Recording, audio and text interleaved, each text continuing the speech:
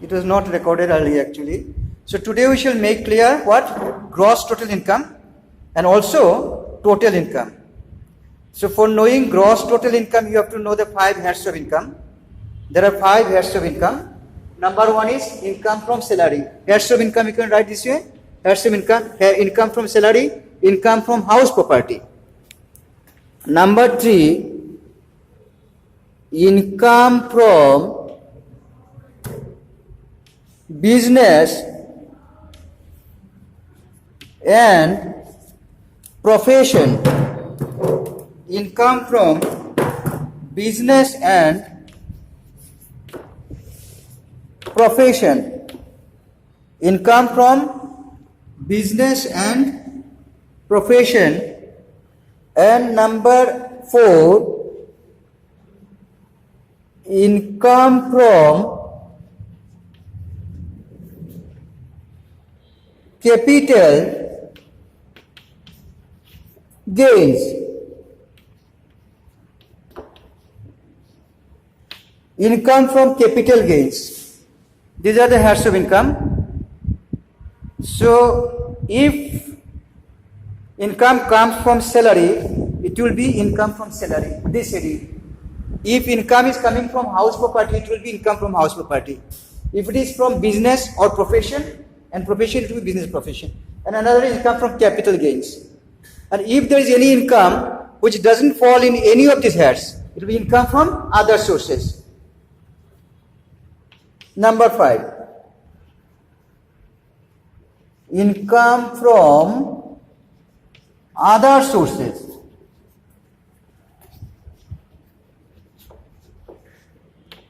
So these are the 5 heads of income. These are the 5 heads of income.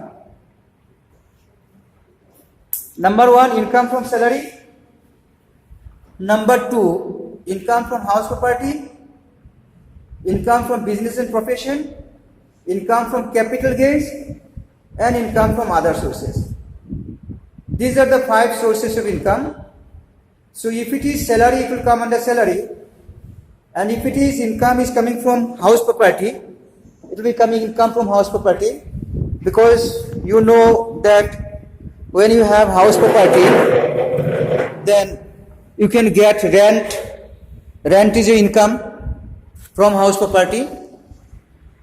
So that chapter will take later on, clearly, differently, separately. And if it is business, it will come under income from business, but you have to remember there are 2 things. One is business, other is profession. There are 2 things. Business and profession. When you purchase something and sell at a profit or loss, or maybe you are doing business, you can purchase and sell goods and services. It may be goods, it may be services. But when, so this is GST. But when you get service from a professional, suppose there is a chartered accountant, he is not giving any goods to you, he is doing some work for you. So he is a professional. Income from profession. Profession means you acquire some knowledge, and by the help of this knowledge, you earn income. A doctor is a professional. Doctor, medicinal profession. Physician. An engineer may be a profession, but if engineer is working in a company, it will be salary. Chartered accountant is a profession. He is doing his practice. He is doing audit or other accounting work. He is getting some fees. So that income is income from profession. But when chartered accountant is working in a company, then it comes under income from salaries, because he is getting salary now. So you have to see the nature. It's not that always chartered accountant and professional, no. It depends on how he is earning the money. If he is earning the money by working somewhere and getting salary, it will come under number 1. And if it is doing his own profession, then he is having a farm office, he is getting work from different companies, he is getting his fees, he is not an employee. So it will be his profession, income from profession. And capital gains means, you know, asset. When you purchase asset for a long term use, it is capital asset. capital expenditure, capital asset. Then when you purchase some asset for selling it out, it is current asset only. But when you purchase some asset for long-term use, it's fixed asset or capital asset. When you purchase fixed asset, it is capital expenditure. Now, sometimes this capital expenditure you may sell it out. You did not purchase for the purpose of selling, but now you want to sell it out. You can sell it out, no problem. After 3, 4, 5 years like that, after 1 year maybe. The tendency was not for selling immediately.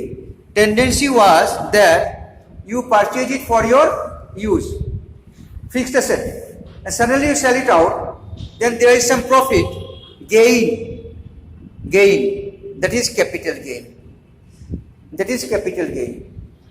We shall take up this chapter separately. We are having this in course, I think. So we will take up separately. Now you understand what is what only, item by item. And if there is any income which is not falling under either 1 or 2 or 3 or 4, you are having some income, but it's neither salary, nor house property, nor income from income from profession business, nor it is income from capital gains. It will come under income from other sources. Other sources, suppose you have got some interest in bank deposit, it will come under other sources, like that. So you have got some commission, like that. So now you remember that there are 5 heads of income. There should not be any doubt for you. 5 heads of income, you remember. There may be a question, what are the 5 heads of income? And just remember from today, this way you remember. 5 fingers, 5 heads. Now we shall not forget it. Please don't forget it. There are 5 heads of income. So it's clear. Now you write next item, you write gross total income. Gross total income. Next concept.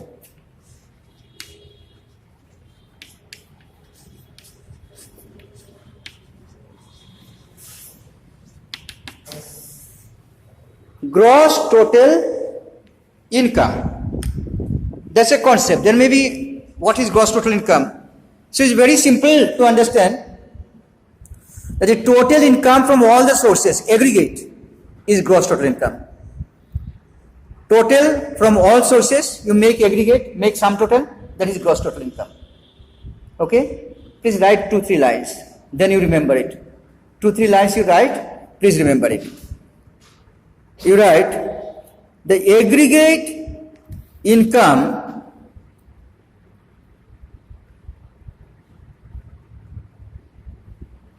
under the 5 heads, under the 5 heads is known as gross total income.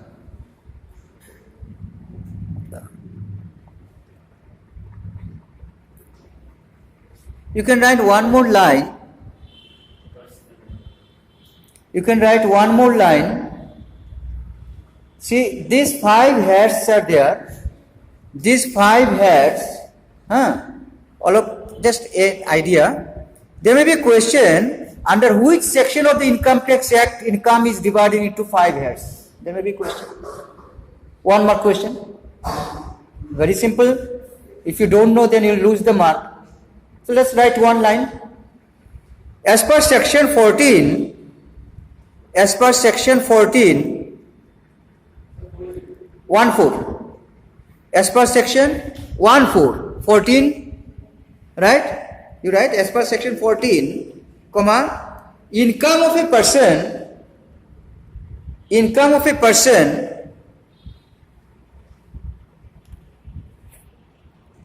is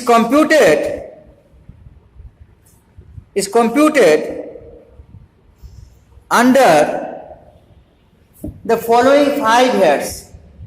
Under the following 5 heads. Following 5 heads. Then these heads will come. You write 1, 2, 3, 4, just write. So below you write 1, 2, 3, 4, 5. No need to write again. You just write, because in exam you have to write this way. Right? Number 1, number 2, number 3.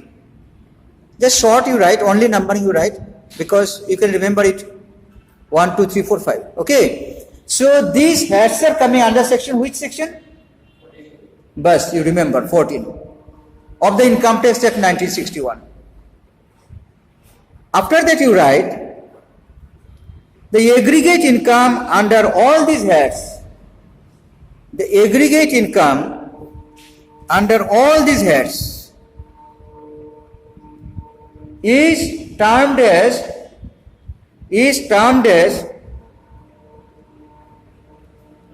gross total income.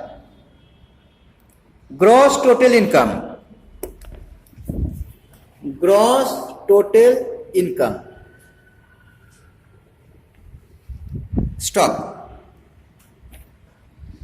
Gross total income means total income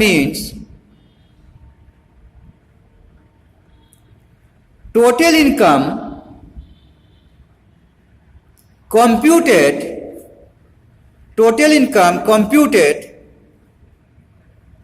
in accordance with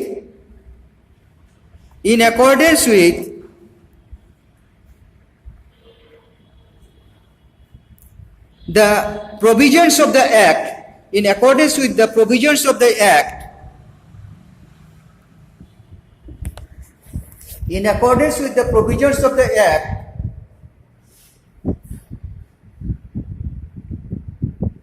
before making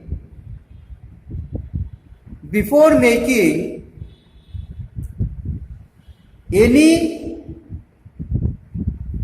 deductions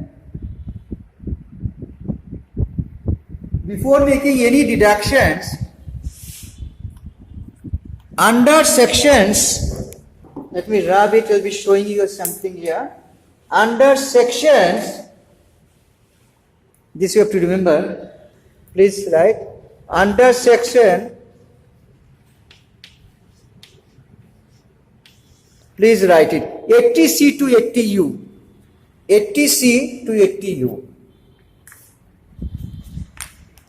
Full stop. Let me explain you. Remember, after you get the income from different sources and total it, this total income is not taxable. From this total income, you shall get lot of deductions. Okay? And these deductions are coming under section 80C to 80D. U. 80C, 80D, 80E, 80F, like that go on up to 80U.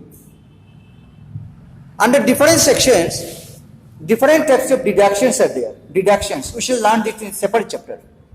Deductions from total income, we shall learn some other chapter. So, but now you remember, these deductions are coming in different sections from 80C to 80U. From 80C to 80U. These sections. It may be 80D. Suppose, just for instance, suppose you have gone for Mediclaim insurance. It will come under 80D. Suppose you have deposited some money, you have taken some life insurance policy, you are paying the premium, you will be getting deduction under 80C. Like that. Suppose you have given some donations to some purpose, maybe you have given some donation to Prime Minister's Relief Fund, or you have given some donation. There's a list. If you pay donation in this list, in this item, you will be getting some deductions. And that deduction will come under 80G. Okay? 80G. We shall take it in a separate chapter. I've given you some example only. From 80C to 80U, lots of deductions are there. So, before making these deductions, the income just totaled, aggregate, from 5 heads. A person may not have 5 heads. A person may have only salary. So, other heads are not applicable. A person may have all the headings. A person may have only business. A person may have only other sources. A person may have only capital gains. Someone may have only, say, house property income. And someone may have all the heads. Whatever may be. For a person, income from all the heads put together. If he is having only one head, then that only. If he is having 2 heads, total it. 5 heads, total it. This is gross total income. Okay?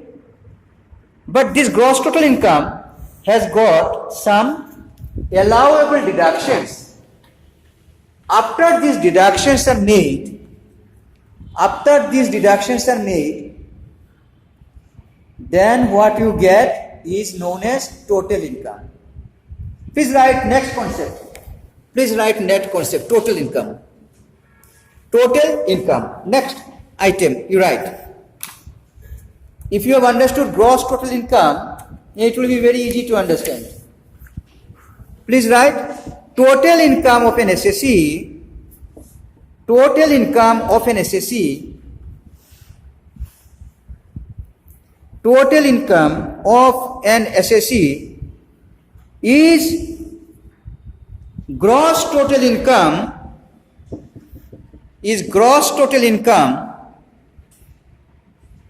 as reduced by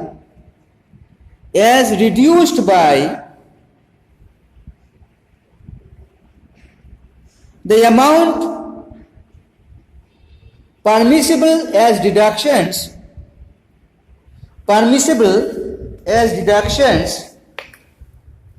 under section 80C to 80U.